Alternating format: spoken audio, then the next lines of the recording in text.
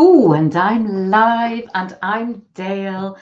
And today's actually 2 days because yesterday in beautiful sunny Spain, I couldn't do the journaling challenge because thunder, lightning, no electricity. Then sometimes I had the internet and then sometimes I didn't.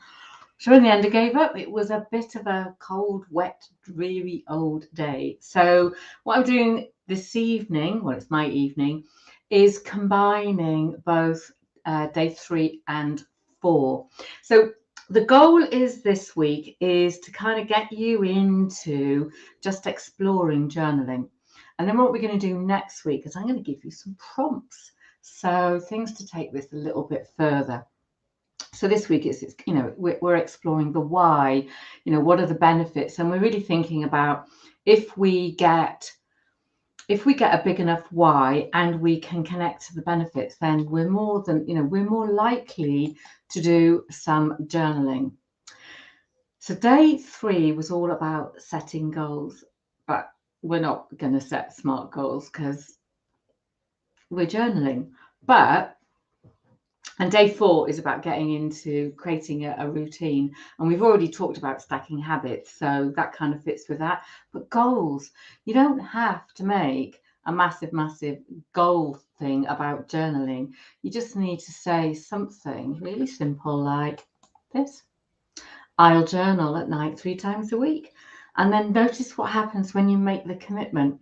Now, last night, so I very rarely set smart goals, but last night, because I always think they set you up for failure. And but last night I actually sat with my journal. I mean, you guys know I journal all the time.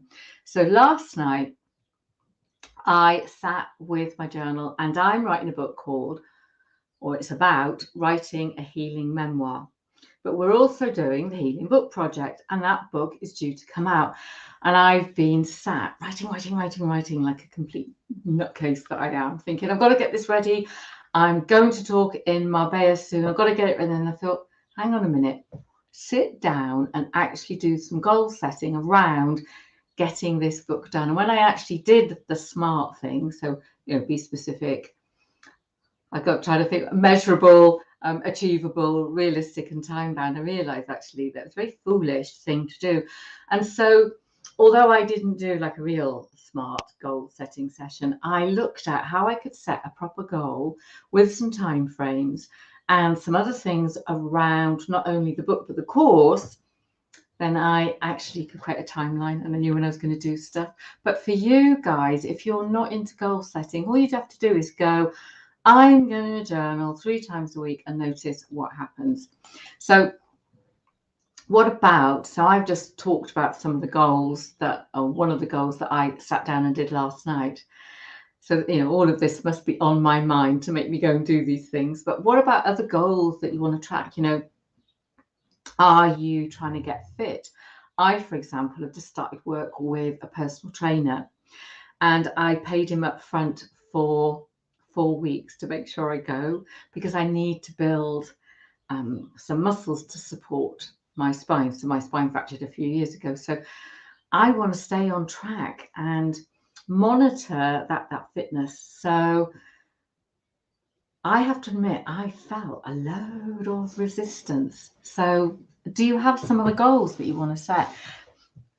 And what is interesting about when you start to write things down that you want, so even if you don't want to set it as a goal, do it as an intention, but notice where you feel the resistance, because that's where the greatest learning comes.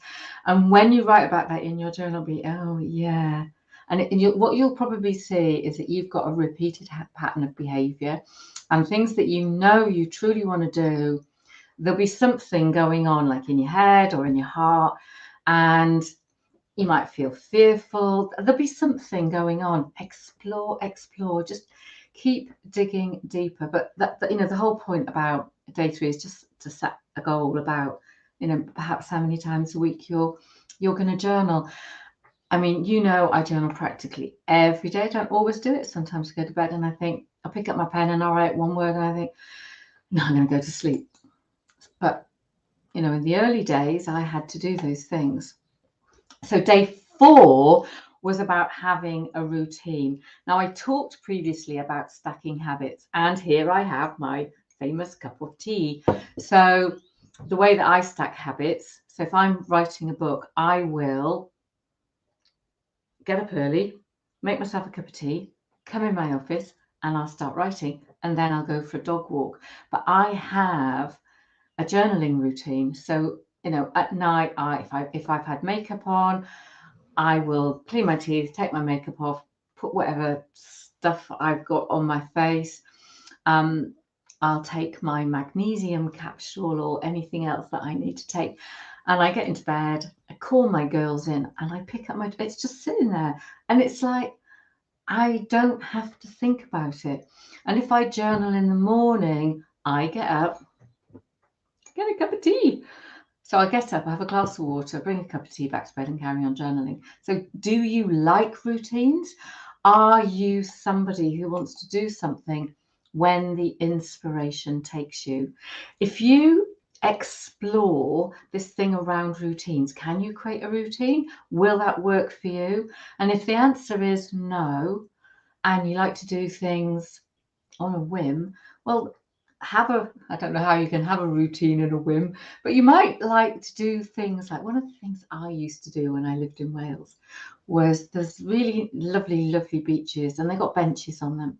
And I would sometimes get up really, really early in the morning. I didn't have any dogs then. And I'd go for a walk as the sun was coming up over the cliffs, and I'd take my journal with me, and then I'd stop and sit on a bench. And that, in a way, is a routine, but I only ever did it when the inspiration called.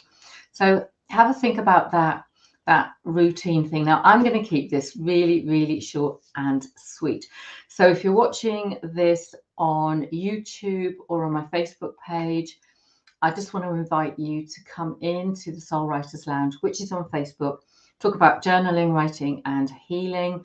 And there's the link for you if you want to come and join us. So this week, as I've said, it's just about exploring, kind of what's this journaling malarkey, and can I find myself a big enough why, and look at the benefits. Now, tomorrow is about motivation, and then next week I'm going to give you prompts to explore and really kind of get you to open up to some of the stuff that's kind of going on. So just 2 things to do today. One is write yourself a little goal. Perhaps explore some of your other goals that you've got to do. Notice where the resistance is, like, no, I don't want to do this. And then find some kind of routine that works for you, whether it's in the moment or you're like me. You stack your habits, you do. I mean, I must be the world's most boring person, Get up, drink water, get to tea, come back to bed, journal, take dogs for a walk, eat breakfast, go to work. But it works for me. So I'm hoping that something will work for you. So pick some stuff that you want to write about and explore in your journal. And, that's really, really going to help you. So I'm looking at the comments. I don't know who it is. So someone said hi. So hi back.